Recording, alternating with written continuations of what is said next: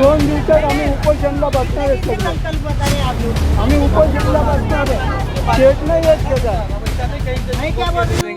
नेरळ गावच्या हद्दीवर असलेल्या ममदापूर ग्रामपंचायतमधील खांडा भागातील अचानक नगरमधील रहिवासी पावसाळा सुरू होण्याआधीच घाबरले आहेत. येथे जमीन विकासक बिल्डरने आजूबाजूच्या लोकांचा कोणताही विचार न करता मातीचा भराव आपल्या जमिनीमध्ये केला आहे. त्याचा परिणाम तेथून पाणी वाहून नेणारा नैसर्गिक नाला बंद होणार आहे. त्यामुळे पावसाचे पाणी तेथेच अडकून पडणार असून पावसाळ्यातील पहिल्याच दिवशी येथील अनेकांच्या घरात पाणी शिरणार आहे. दरम्यान अलायन्स ग्रुप या बांधकाम व्यावसायिक विरुद्ध कडक कारवाई करावी अशी मागणी स्थानिक ग्रामस्थांनी केली आहे. कर्जत नेरळ कल्याण या राज्यमार्ग रस्त्याने येणारा नाला ममदापूर ग्रामपंचायतमधील खांडा भागातून जातो. येथील नैसर्गिक नाला अलायन्स ग्रुप या कंपनीच्या बिल्डरकडून आपल्या जमिनीत केलेल्या मातीच्या भरावामुळे बंद झाला आहे.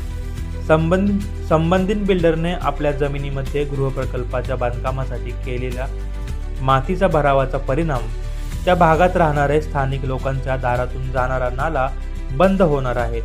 हा नाला त्या बिल्डरकडून पूर्णपणे बंद केल्याचा धक्कादायक प्रकार समोर आला आहे. या मनमानी कारभारामुळे आगामी पावसाळ्यात नेरळ खांडा येथील अचानक नगरमधील नागरिकांच्या घरांमध्ये पाणी शिरून मोठ्या प्रमाणावर जीवितहानी होण्याची गंभीर शक्यता निर्माण झाली आहे. या समस्येच्या विरोधात येथील स्थानिक ग्रामस्थ आक्रमक झाले आहेत. या संदर्भात अचानक नगर येथील रहिवासी यांनी एकत्र येत आवाज उठवला आहे.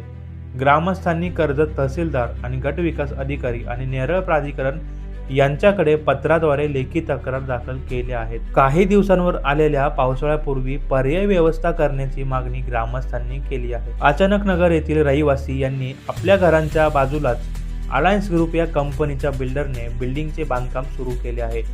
बांधकाम करत असताना बिल्डरने ममदापूर गावाकडून येणारा नैसर्गिक नाला पूर्णपणे बंद केला आहे. सद्यस्थितीत प्रत्यक्ष जागेवर मोठ्या प्रमाणावर दगड आणि मातीचे ढीग टाकून नैसर्गिक पाण्याचा प्रवाह अडवण्यात आला आहे.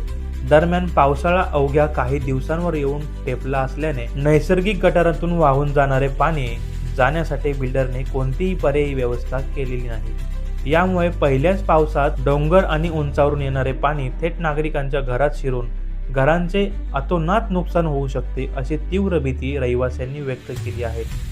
या बिल्डरच्या दादागिरी विरोधात कायदेशीर लढा देण्यासाठी आणि प्रशासनाचे लक्ष वेधण्यासाठी अचानक नगरमधील ग्रामस्थांनी पुढाकार घेत निवेदनातून संबंधितांवर कायदेशीर कारवाई करण्याची मागणी केली आहे.